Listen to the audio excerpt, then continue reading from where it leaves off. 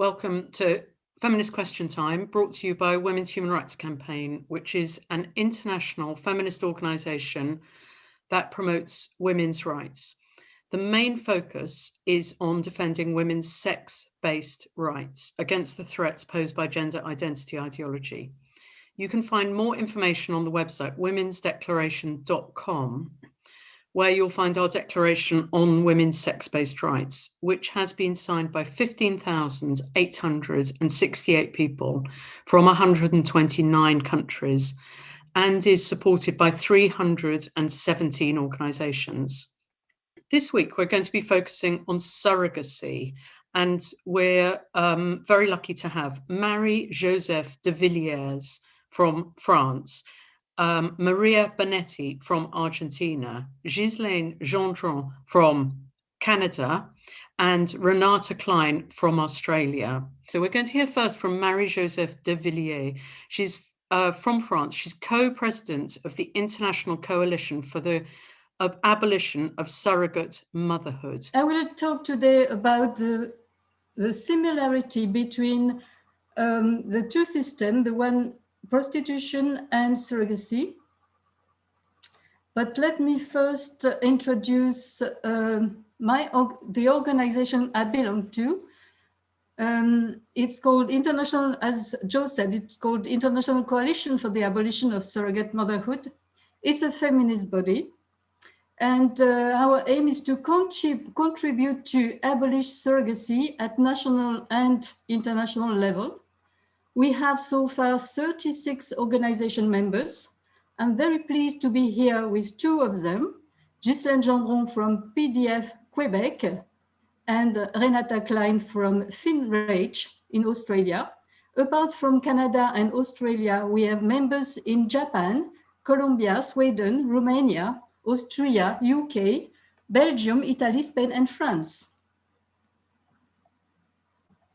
Since our creation in 2018 at the International Coalition for the Abolition of Surrogacy, we have been struck by the similarities between the two systems of women exploitation, the prostitution system and surrogacy.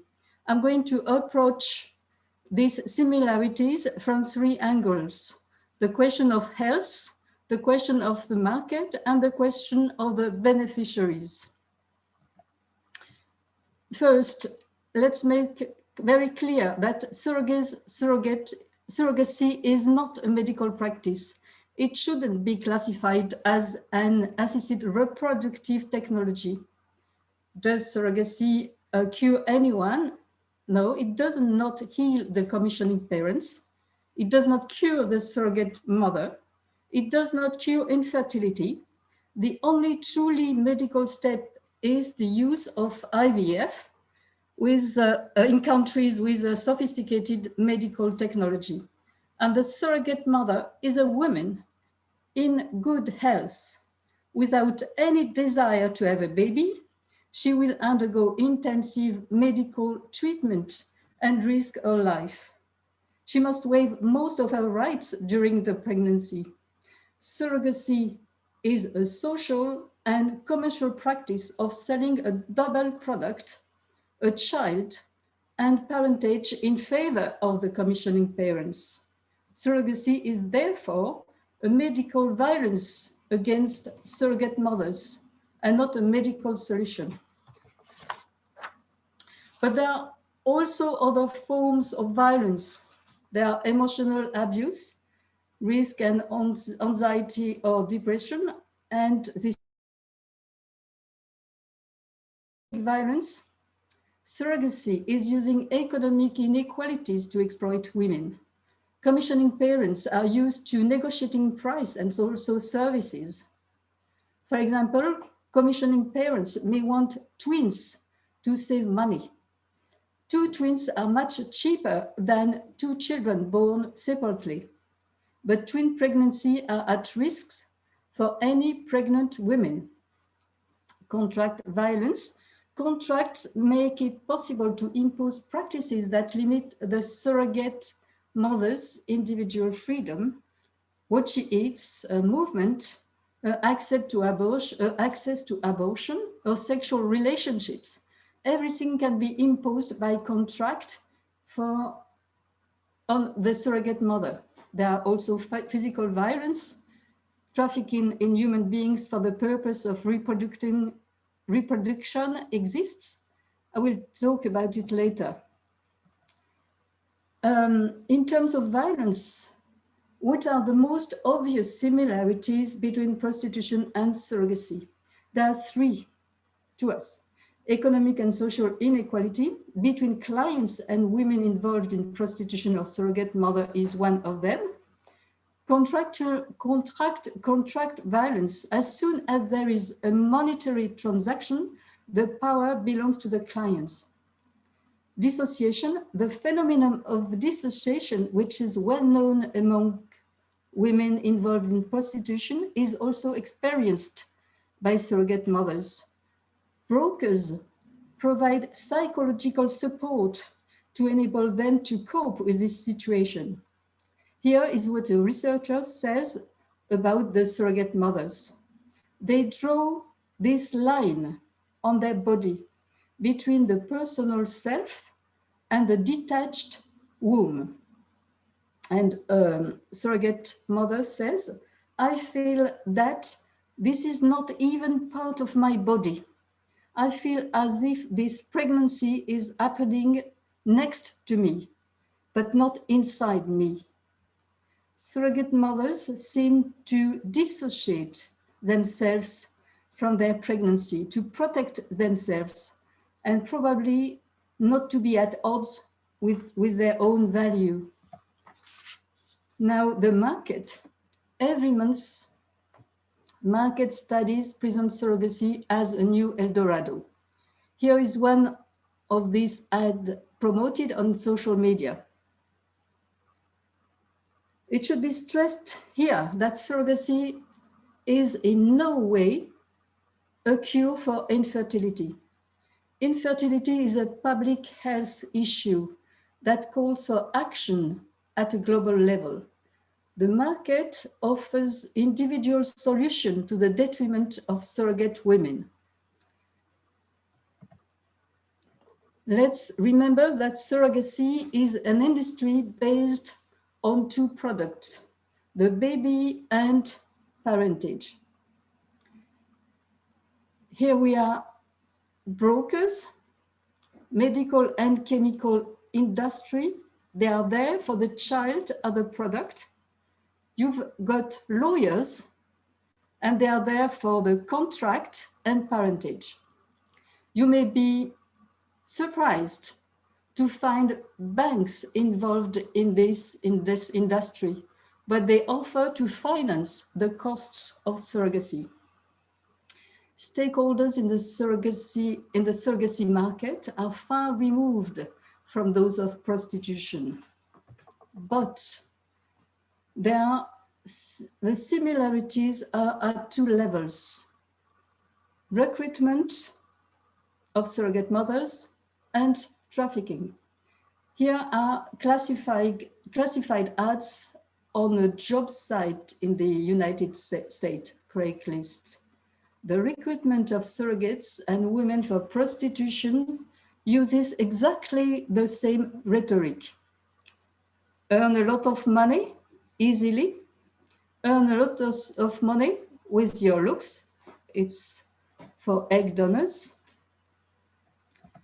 And once recruited, the women end up in a catalog. On the left, it's a catalog to choose the egg donor. And on the right, it's a catalog for prostitution. About trafficking.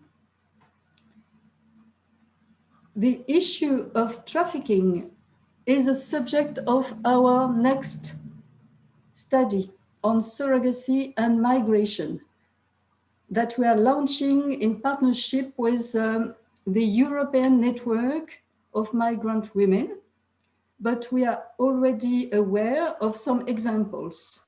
Here you are, examples in Burma, in Greece, in Ukraine, And with this very, very sad example about Ukraine and Cyprus, north of Cyprus, a gray area, where they send surrogate mothers first for embryo transfer and then for delivery in order to avoid any restriction.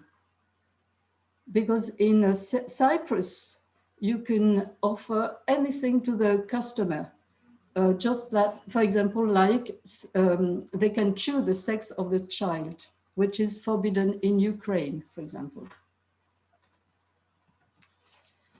Last point, who are the beneficiary of the system? It's always the same. Surrogacy, it seems to be that it's men who are the main beneficiaries of these two systems, surrogacy and prostitution. In surrogate motherhood, the emphasis is on genetic parentage. Mostly, it seems that it is men who make this demand in the name of virility. It's a question of having a child from their own genes. What is highlighted in surrogacy is genetic parentage, but it's above all sperm parentage, as we could put it. Egg filiation, egg parentage is totally invisible and counts for nothing. And feminists have always sought to remove the social pressure on women to have children. With surrogate motherhood, this obligation is back, but it will involve more than one woman. It will involve the egg donor, the surrogate mother, and perhaps, maybe often, a nanny to raise the child. Here's the conclusion. We have here the two sides of the same coin. The surrogate mothers have to provide reproductive services and women in prostitution sexual services. In both cases, there is an attack on human dignity, equality between men and women, and on the free disposal of our bodies. In Spain and South America, feminists are used to linking prostitution and surrogacy in abolitionist days. They speak about reproductive and sexual exploitation, and reproductive exploitation covers surrogacy, egg harvesting, and forced pregnancy.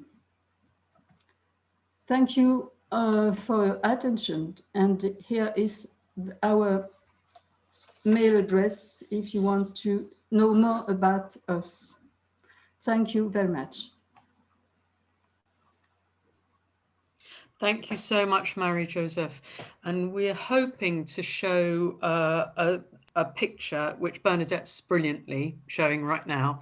So this is a book that's, or maybe Marie-Josèphe, can you explain this book? Yes. Coming? We are so delighted to announce that we're going to publish a book toward the abolition of surrogate motherhood, thanks to Spinifex, Renate Klein. We are publishing this book. It will probably be out in September, but Renate Klein will say more about it, I hope. I'm very grateful to Spinifex to publish this book. Right, so we're now moving to Maria Binetti. She's from Argentina. Maria is a researcher in feminist philosophy, and she is the Women's Human Rights Country Contact for Argentina. So over to you, Maria. I'm going to start pointing out some ideas that connect surrogacy and gender identity and sexual work with the main ideology that cover all that, which is I call postmodern queer ideology. I call it a postmodern queer ideology because it's postmodernity applied to a topic which is sex or bodies. So the main principle of this ideology is that sex and body and also motherhood and also maternal body and also pregnancy is a social construction. It's a social constructivism everything is a construction, a social construction, everything is a discursive fiction, so also motherhood. That means that motherhood is a kind of raw material to construct and deconstruct and recombine parts as you want. And this implies a moral, social and moral relativism. Everything is the same. And it's important to know that this ideology does not believe in universal human rights. They don't believe in universality because universality is a kind of narrative that serves colonialism and imperialism and all that. So they use the level of human rights and universality to empty and relativize the human rights, the universality that human rights implies. The point for them is a subjectivist or individualism. The only reality is the individual, and an individual that is fragmented and more fragmented anytime. So under the individual freedom, they support the two main values, which is individual consent and contract. That is the supreme court of this sort of individualism. And now also subjective identities. That is a saint value for them. However, behind this social constructivism, there is a hidden biologicism.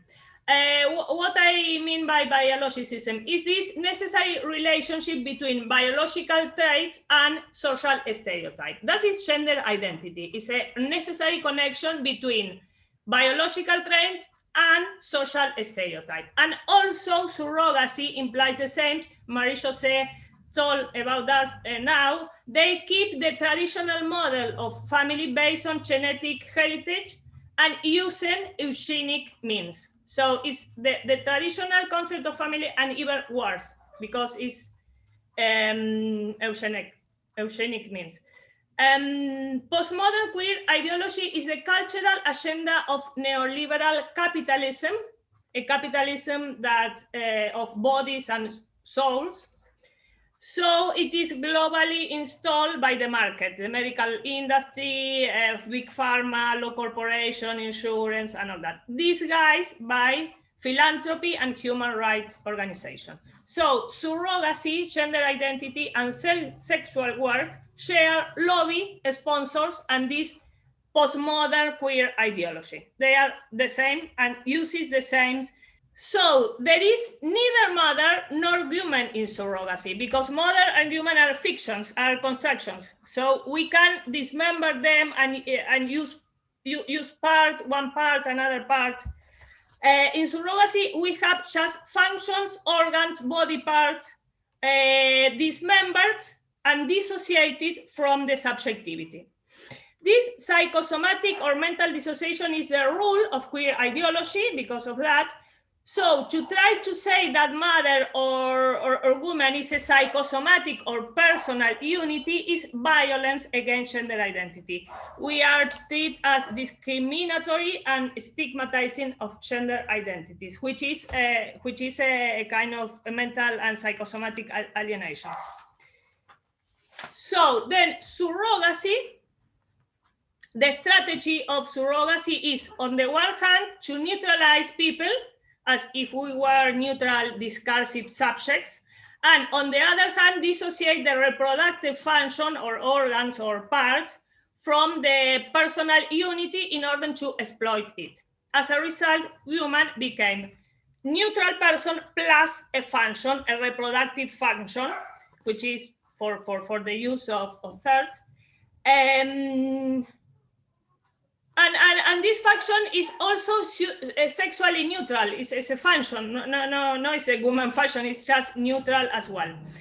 And even worse, pregnancy is not even an autonomous function. It's an assisted technique. So this imposes on women a kind of psychotic model of alienation from our own bodies and by extension from any other body, including the kids, the body of the kids. This is a deeply dehumanizing project. And this industry is offshoring from Europe and coming into Latin America. Latin America is a very convenient place for surrogacy because of the low cost of an impoverished continent with exorbitant levels of corruption and illegality. Latin America is the most unequal continent in the world, and according to UN, is also the most dangerous continent for women because of violence. The levels of violence and poverty are on the rise because of COVID crisis. So inequality, corruption, structural poverty, and endemic violence make Latin America fit for reproductive extractivism, in which women are a natural resource for export to the rich north. Precisely during the pandemic, the pressure to regulate surrogacy has increased. There is a globally coordinated agenda for the whole continent. I'm gonna show the cases. The cases is the case of Mexico City. Mexico City is the paradise of reproductive tourism. You see the picture is, this picture comes from a couple of Spanish gay that they say, we are gonna be daddy, and the flight to Mexico. And the propaganda associates surrogacy with tourist destination like Cancun or whatever. So you see the trip of these daddies. And now the lobby is trying to expand the model to the rest of the country, to Tabasco, for example, another city. They're trying to expand this reproductive tourism to another city. Guatemala is, surrogacy in Guatemala is neither legal nor prohibited, but the country is directly a supermarket of kids. Ecuador approved surrogacy in the new civil code. Colombia is revisiting the civil code in order to introducing surrogacy as well. Uruguay has already altruistic surrogacy, but now they submitted a new bill to regulate commercial surrogacy. Peru also has submitted a bill to regulate surrogacy 2 years ago, and Argentina has submitted many bills to regulate surrogacy, and now the legal secretary of the country is preparing a new bill to surrogacy.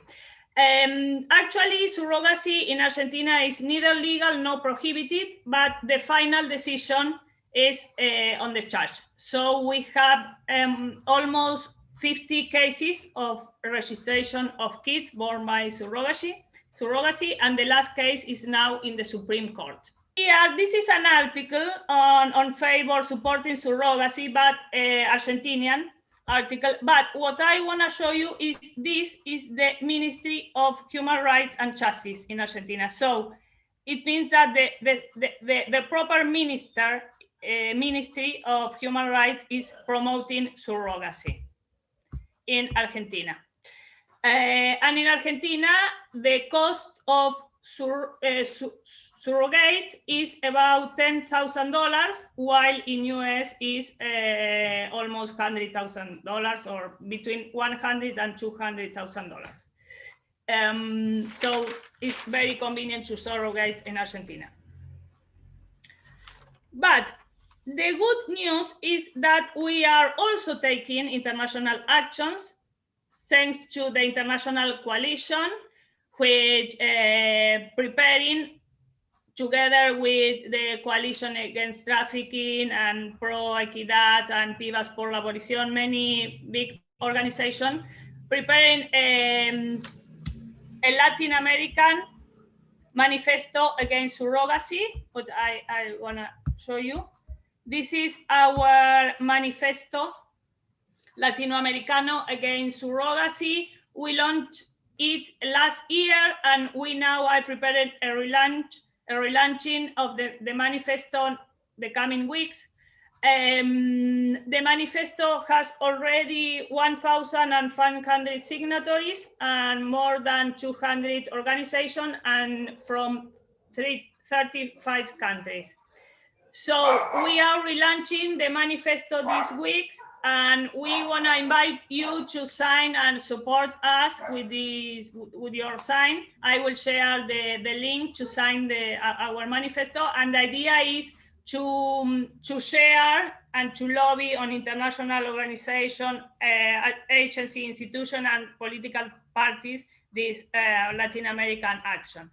So that's all for my part, and thank for your attention. And if you like, sign our manifesto.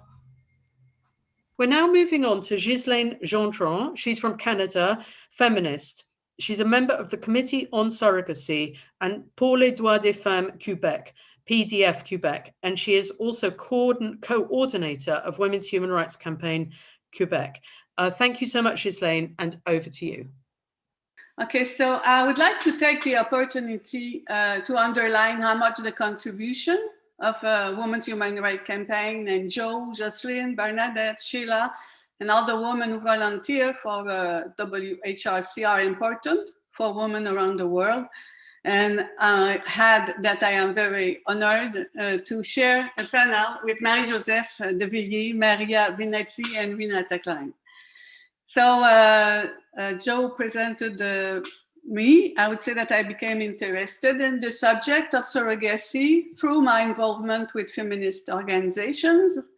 And I would like to add that I'm not a legal expert. Everything I am sharing with you is the result of the researches done by Michel Sirois, an anthropologist, and myself, both members of Pour les Droits des Femmes du Québec. So surrogacy is a matter of a woman giving birth to a child by contract, altruistic or commercial contract. The subject of surrogacy is often introduced through images of a child's smile and heartbreaking testimonies of infertile couples who are deprived of access to the experience and joy of parenthood. These sufferings are unfortunately very real and sometimes intense, and they can lead to persistent dramas that shape the lives of women and men. Very rarely, though, on the other hand, we hear about the reasons why surrogacy is prohibited in many countries, and we hear very little about the reason of this prohibition. So radical feminists object to the use of surrogate mother as a means of compensating for infertility, whether it has a biological or social cause. It is perhaps useful to remind that surrogacy is not a cure for infertility, as Marie-Josèphe pointed out. So I would like to talk about the Canadian law, because in Canada, only an altruistic surrogacy is permitted since the 2004 Canadian Assisted Human Reproduction Act. So in Canada, the altruistic offer has created the demand. This is very important to understand that. And the demand has turned into a need. And the need is slowly shifting to human rights issues. This is where we are now.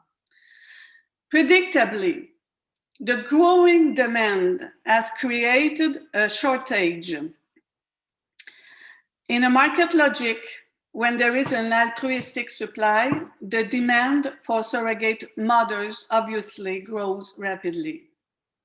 So gradually, women are no longer numerous enough to volunteer to bear someone else's child for free.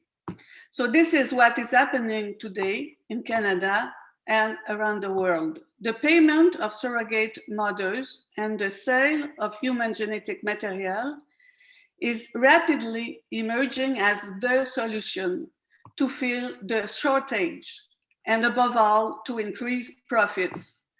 So the ethical considerations are being swept out of public discourse. So yet the Canadian Assisted Human Reproduction Act stated in its paragraph 2.2f that the commercialization of the reproductive function of women and men and the exploitation of women, men and children for commercial purpose raises health and ethical issues that justify its prohibition.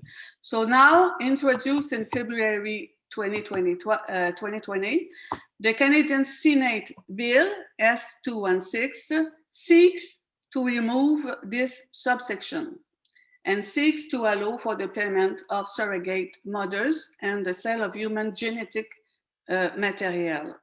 But you will see that it is already there in Canada. In Canada, surrogacy can be resumed by the sentence, "It is women's altruism at the service of an industry." So gradually, since 2004, a true market of surrogacy has emerged in Canada based on women's altruism. So Marie-Josèphe talked about that. We have agencies, stakeholders have joined the process, fertility clinics, health technicians, embryologists, lawyers have joined the agencies to draft contract. Banks have offered loan services and insurers have offered their services. So it's really an industry. A successful surrogacy market is now flourishing in Canada. But in an altruistic surrogacy market, all these people are paid. None of them is doing it by altruism, except the woman who is bearing the child and taking all the risk to her physical health, and who agrees to renounce her fundamental rights by contract. Most of all, she renounces to her filiation rights on the child that she bears for 9 months. I think that we can really indeed speak of altruism of women at the service of an industry. So we are on the path of commercialization surrogacy in Canada. As they say, a picture's worth 1,000 words. If you still have doubts about the commercialization of the human body, the CanAm Cryo Service Canadian company's website displayed on your screen may take them away. It may sound ironic, keeping in mind that the sale of breast milk and blood is prohibited in Canada. In Canada, only the choice of the child's sex is prohibited, but you can choose the child's ethnicity, hair color, eye color, height, and add your purchase on the small basket in the shape of a child's baby carriage at the top of the website. This is where they are now. So, ironically, it was while reading publications of many proponents of the commercialization of surrogacy that I discovered information revealing the behind-the-scenes practice of the so-called altruistic industry. I learned that Canada had become a prime destination for international reproductive tourism, and that some Canadian altruistic surrogate mothers were in fact paid to carry children for foreign sponsoring parents. I share with you some numbers. In 2016, the surrogacy agencies, they call themselves consultants, reported by their own estimate that there would be 3 to 40 times as many sponsoring parents as there are available surrogate mothers. They are talking about Canadian sponsoring parents. We understand by these numbers that these agencies are lamenting the shortage of surrogate mothers. Accordingly to studies written by proponents of commercial surrogacy, sponsoring Canadian parents must resign themselves to seek surrogacy services in other countries, often at a greater cost and inconvenience, or with additional legal and medical risk. By higher cost, proponents are probably referring to the United States, and to countries like Ukraine and Russia when talking about legal risk. For medical risk, they may be referring to poorer countries. The founder of the agency, Canadian Fertility Consulting, confided in a 2018 CBC interview that her business has not stopped growing since 2014. From 300 surrogate mothers on which she relied in 2017, she passes to 500 in 1 year. How can we explain such an increase of altruism in Ontario? It was by reading the report of a conference made by the University of Manitoba law professor, Mrs. Karen Busby, who also advocates for the commercialization of surrogacy, that we were able to find some clues to explain this phenomenon. A columnist of the Canadian newspaper, the Globe and Mail, reported information of a conference that she attended. The conference was given by Mrs. Busby at the annual meeting of the Canadian Fertility and Andrology Society. She reported a startling statistic: 45 of the 102 babies born to surrogates mother in British Columbia in 2017 were destined to foreign sponsoring parents. It is a wonder knowing that agency complains about shortage of surrogate mother for Canadian sponsoring parents. So according to Mrs. Busby, with Canadian criminal code law that forbids paying surrogate mother does not apply to offshore financial transactions. She stated at this conference, and she's a law professor, and in her publications, that foreign sponsors parents can offer money openly as long as the money changes hands outside Canadian territory. So Canadian surrogate mothers would be legally allowed to accept this money. So the surge of surrogate mothers at the Canadian Fertility Consulting may be explained by this interpretation of the Canadian law. I have tried to have this information confirmed by the loyal Canadian Mounted Police litigation experts, but they refuse to answer my question. Even knowing that information, we still think that is not enough to make Canada a magnet for international reproductive tourism. As you may think, there are many other elements that explain this particular craze for the Canadian flavor. So let's see what those advantages are. Gradually, former international low-cost destinations such as India, Thailand, Nepal, Mexico have either closed access to surrogacy to foreigners following high-profile scandals or have banned the practice. How come that on the international scene, Canada remains in competition with countries such as Russia, Ukraine, Georgia, and some states in the United States, which allow both surrogacy and foreign participation in surrogacy? The first advantage of Canada is the free quality medical care. On this point, Canada has a clear advantage over all others. It offers very good quality and free medical care financed by Canadian taxpayers for the mother and the child. And of course, these services are for foreign parents, sponsoring parents. Knowing that perinatal care for a child born prematurely can be as much as 90,000 Canadian dollars, one quickly understand that this can be a tempting advantage. For comparison, sponsoring parents who contact a surrogate mother in California through the agency will have to assume this bill, in addition to the medical care provided to the surrogate mother during a pregnancy. So that was the first advantage. The second precious advantage is the citizenship and Canadian passport for the newborn.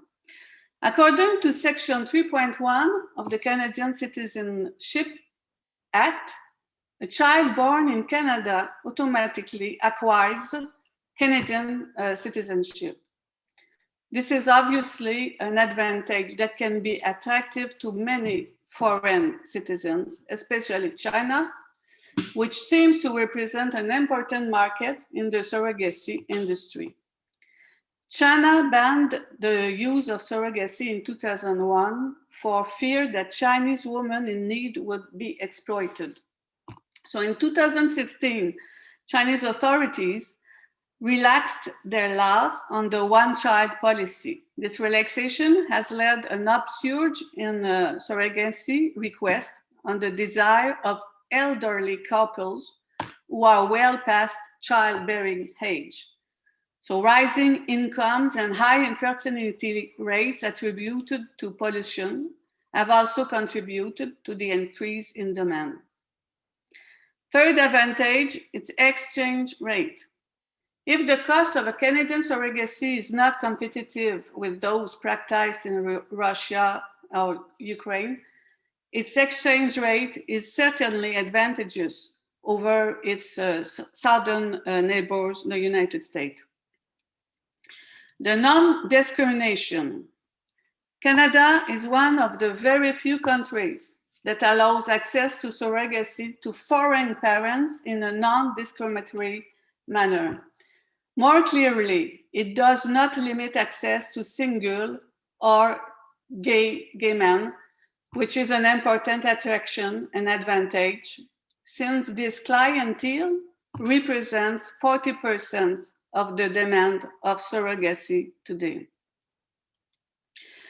The desire to have children from his own genes, as Marie-Josèphe talked about, is well represented by this picture. You can see that every children has the same gene than the father on this picture of a couple of English gay men who made sure to inseminate a Canadian surrogate mother with 2 eggs from another woman, each egg having been fertilized in Las Vegas by each of the future fathers.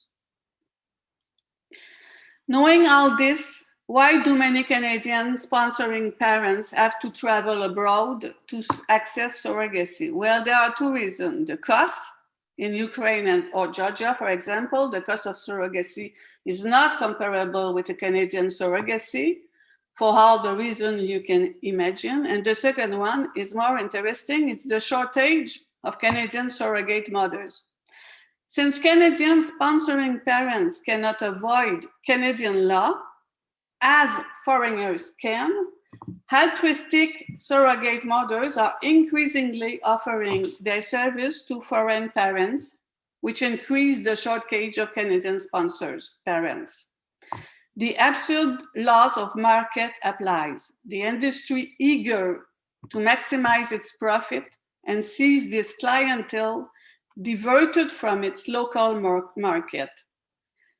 It is demanding the same competitive advantage for its local market, the Canadian sponsoring parents. Therefore, they make huge pressure on senators and politicians to commercialize surrogacy. So I'm finishing with this. In her article titled "How Canada Became an International Surrogacy Destination," the author, Mrs. Matlock, closed with that declaration of the Canadian Fertility and Andrology Society. I will leave you on that one. In fact, the new president of the Canadian Fertility and Andrology Society, as well as the CEO of the leading gestational agency for the rest of the country, announced that they will be in London to promote Canada as a destination of choice for surrogacy. Just wanted to add that it's more and more shifting to a human rights issue, and I think it is important that to say that it's a deviation of the sense of a human right, because there is not such a thing as a right to become parents or have a children, but there is a right for children to have parents. So the inverse, the rights. The right is for the children in adoption. It's the right for children to have a parents, not the opposite. Now it's the interest of the adults that are considered when they are talking about human rights. They're talking about rights, about in fact, it's an interest of parents or adulthood, and they never talk about the right of the children. It's always swept out. This is from Tracy Allard. She says 40% of clients in Canada are gay. Is there a percentage known around the world? This is a very big problem because the data are very hard to get. The clinics, they keep their data. So in order to know what's the percentage of gay men, I relied on a study of the law professor that they succeed in having a study for a little clinic in British Columbia. So, but otherwise they keep their numbers. We don't have access. No, the pressure is it's the opposite. The pressure is to get access, to open it. We have in Quebec, it's different from the rest of the provinces, and we have pressure to change our civil law in order to permit more. And it's propaganda. It's always propaganda in the mainstream media. So we hear about the opposite, in fact. It's really great to have Renate Klein. She's from Australia, an academic, writer, publisher, and feminist health activist. And she's also the founder and sort of director, or sort of runs Spin Effects Press, that is one of the promotes and publishes some of the great books that we've been finding useful. So thanks very much for staying up late, Renate, and over to you. Thank you very much, Joe, and thank you very much to everybody who's talked. I totally agree with you. Before I start, in Australia, we actually acknowledge the land of the Indigenous people that we come from. So I'm speaking to you from the land of the Giru in far north Queensland. And the Giru have never conceded their sovereignty to the white invaders. So I thank the Giru elders, past and present, for allowing us to actually live in this wonderful part of the world. Whatever way we look at surrogacy, there is only one conclusion. Surrogacy in all its forms, for money or for love, is a fundamental human rights violation of the birth mother, the egg provider, and the resulting child, if there is one.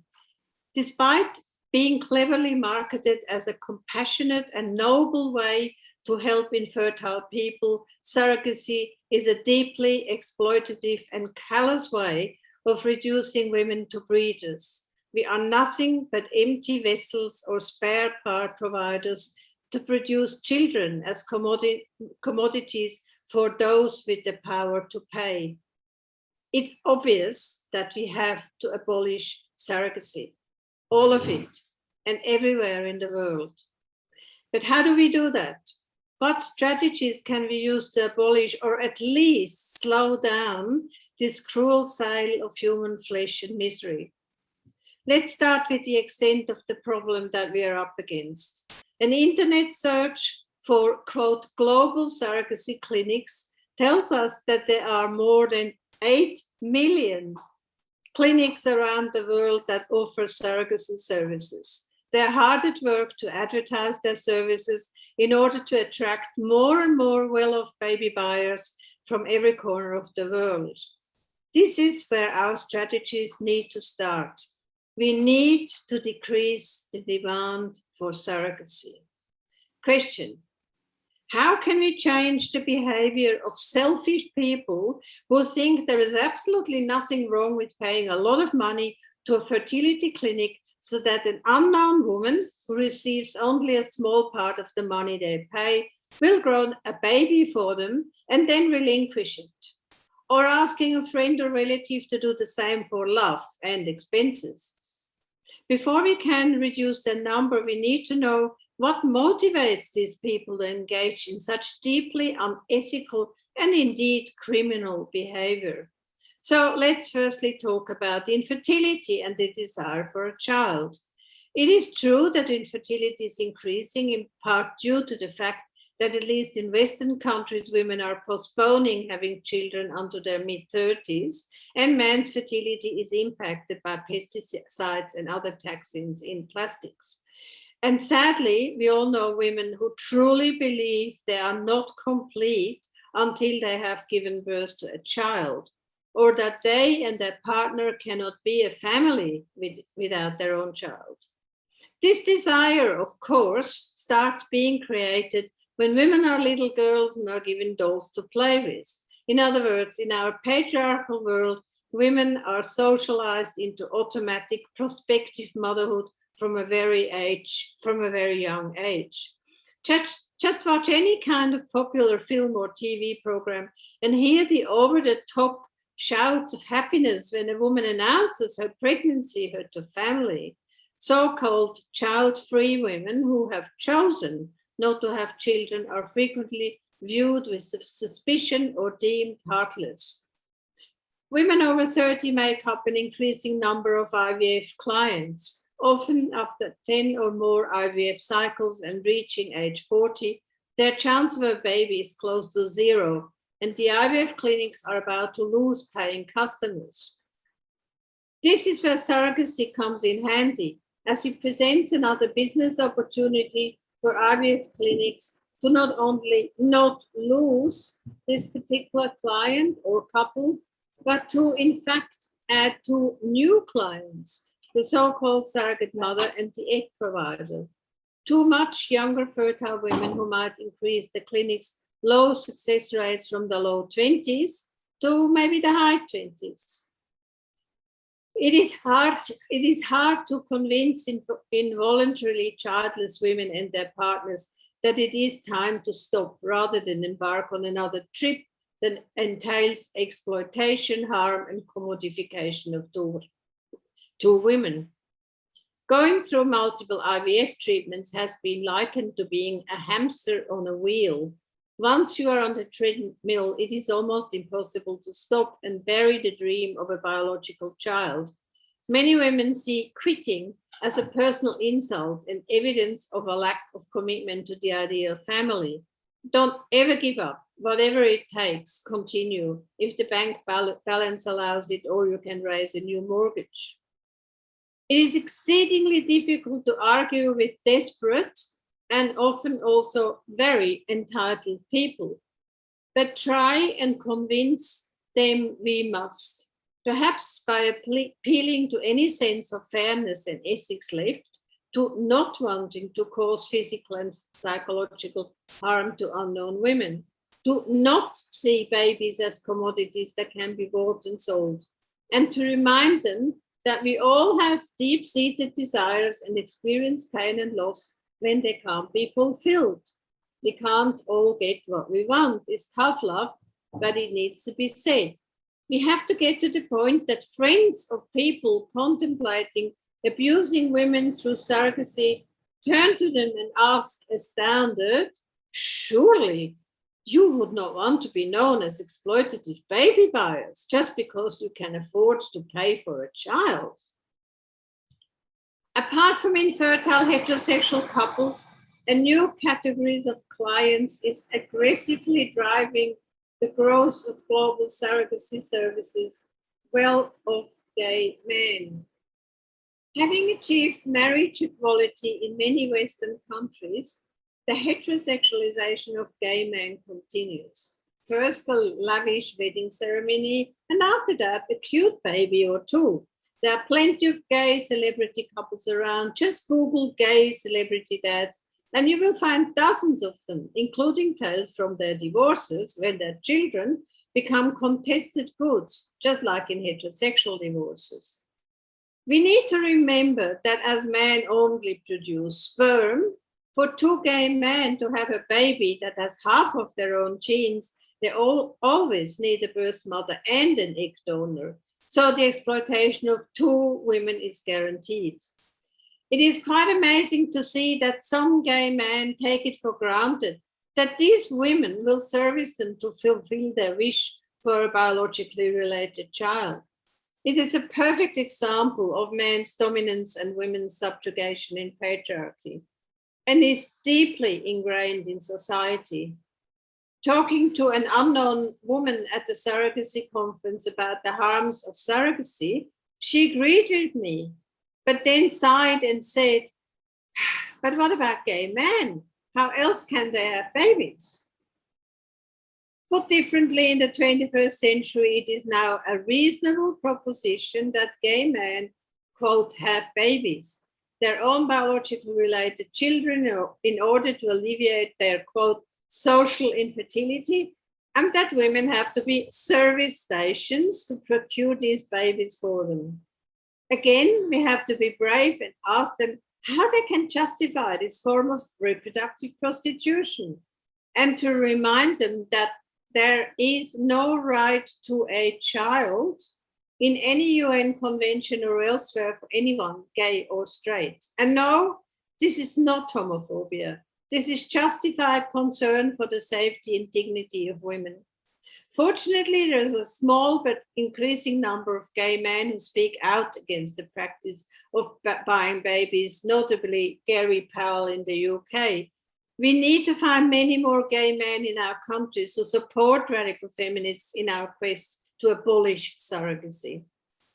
Unfortunately, our task to convince heterosexual and gay couples to refrain from causing misery to women is made much harder because of the existence of so-called middlemen, advocacy and consumer groups who have built booming businesses by grooming heterosexual and homosexual clients alike and luring them to their surrogacy seminars, where they link them with international IVF clinics, prospective surrogates, and egg providers. These surrogacy pimps, as I call them, exist in many countries, such as the international group Men Having Babies from the US, who describe themselves as providing, quote, unbiased surrogacy parenting advice and support for gay men worldwide, for a fee, of course, which increases steadily depending on the type of service you want. An introduction to a stable of happy surrogates, good-looking egg providers, again, that term reproductive prostitution is very apt. In Australia, the so-called not-for-profit consumer group Growing Families, formerly known as Families Through Surrogacy, with the darling of the media, Sam Everingham at the helm, is seeking surrogacy clients through their seminars in Sydney, Melbourne, Brisbane, Perth, and other cities, including Stockholm, London, Dublin, and Washington.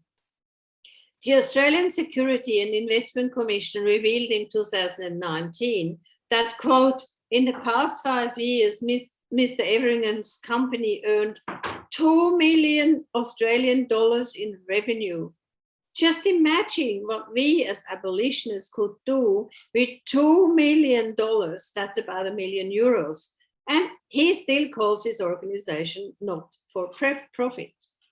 Asked by the ABC 7:30 report if he's assisting people to do something that's illegal in Queensland, New South Wales, and the Australian Capital Territory, where it is a criminal act to engage in national or international commercial surrogacy, Everingham responded, "We don't believe those laws are right."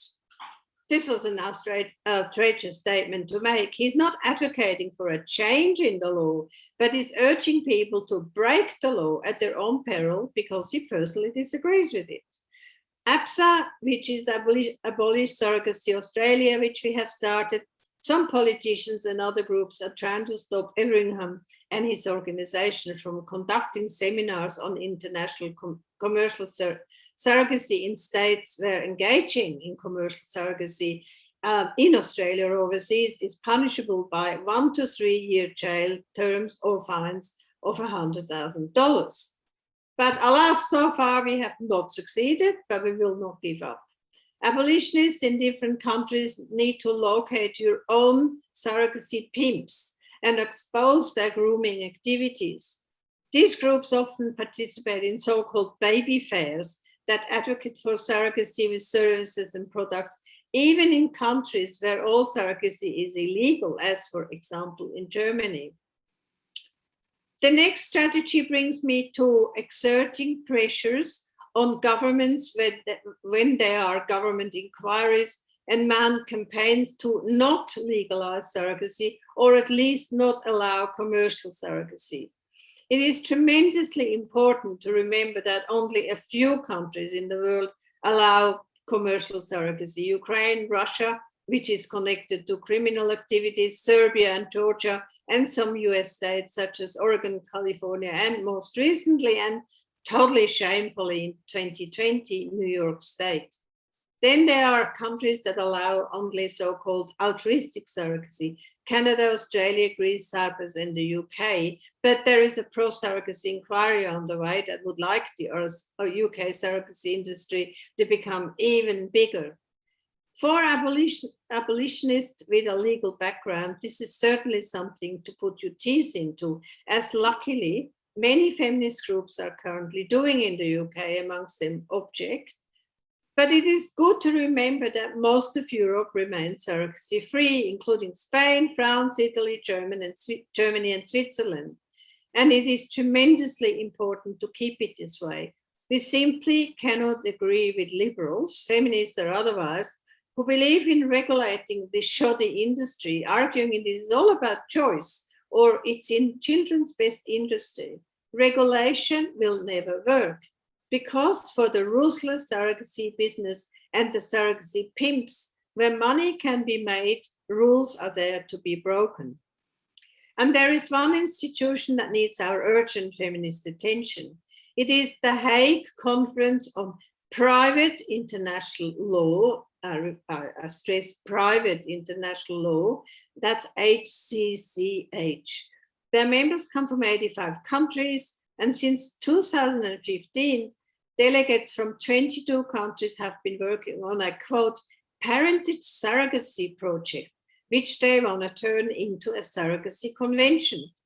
It would enable people from countries where surrogacy is prohibited to go overseas and then, following this private HCCH convention, bring the child born from surrogacy back, thus subverting national laws. If you Google HCCH Parentage Surrogacy Project, you will find the minutes from all the meetings and the list of country delegates. You could decide to locate the member from your country and ask them what the hell they're doing. ICASM and Marie-Josèphe have further plans for action next year when this HCCH convention might be completed.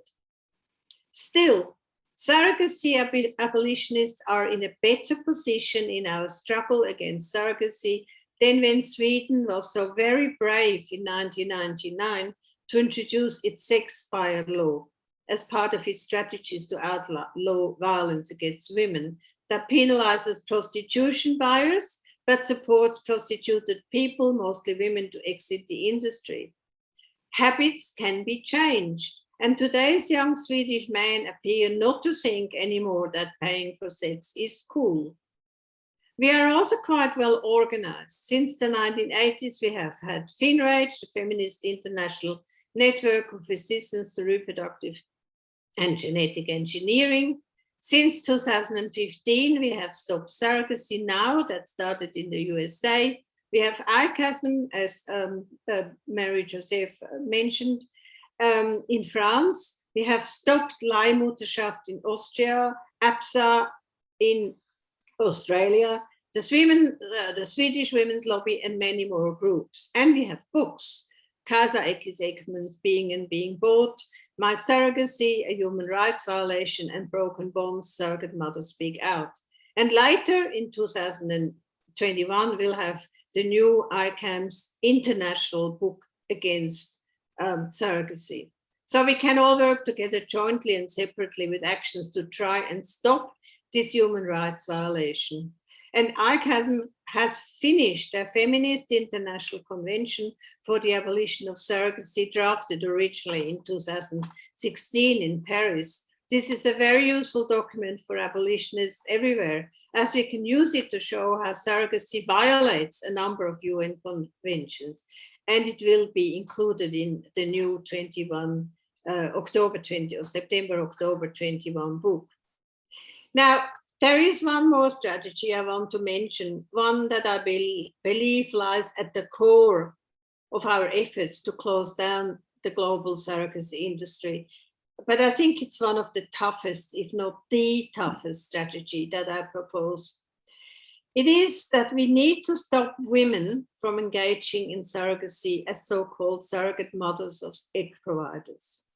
And I am not talking about poor women in Ukraine or Russia who risk their lives in this unethical business because they need the little money they earn to feed their families and themselves. I am thinking of those women who, yes, quite like the money, but really want to be a surrogate mother because they want to, quote, help and, quote, do good.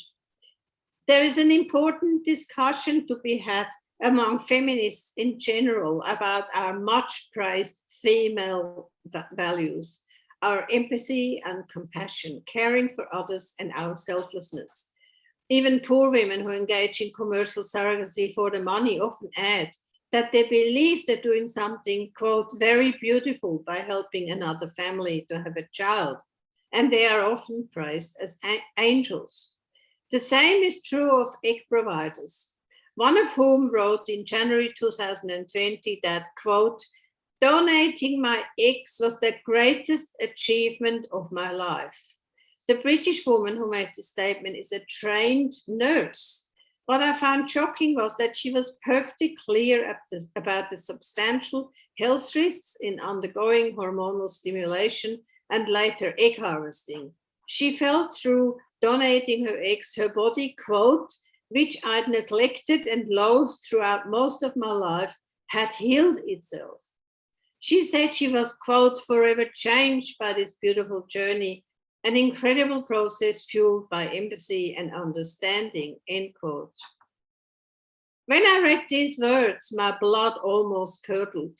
This is clearly an intelligent and informed woman, and yet she is prepared to risk her health, even her life, by hoping to give another family a child, and also ignoring the IVF success rates in the low 20s. We need to engage in deep discussions about such behaviors with women of all ages, classes, skin colors, sexual orientations, and global locations. We should ask questions about whether feelings of empathy and compassion that end in action where you are expected to damage your short and long-term health or even your life and the well-being of your own family who might lose their mother and partner are ever justified. These conversations might also include looking at earlier painful experiences such as abortion or adoption regret and bodily self-hatred, something that women are particularly good at. I think that we need to thoroughly analyze this, quote, compassion trap as a major hindrance to women overcoming the many hurdles present in patriarchy that keep the sex-class women from achieving equality with the sex-class men.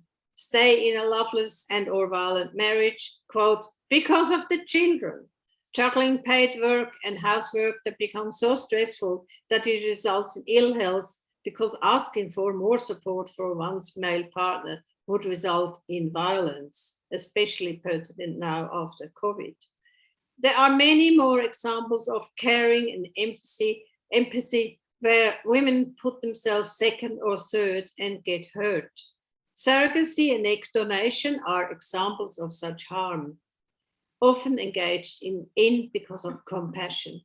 Saying yes to a relative to become their surrogate mother because of fear that saying no might make her family outcast, can end with lifelong anxiety and depression and ongoing daily feelings of regret and loss for the taken away child.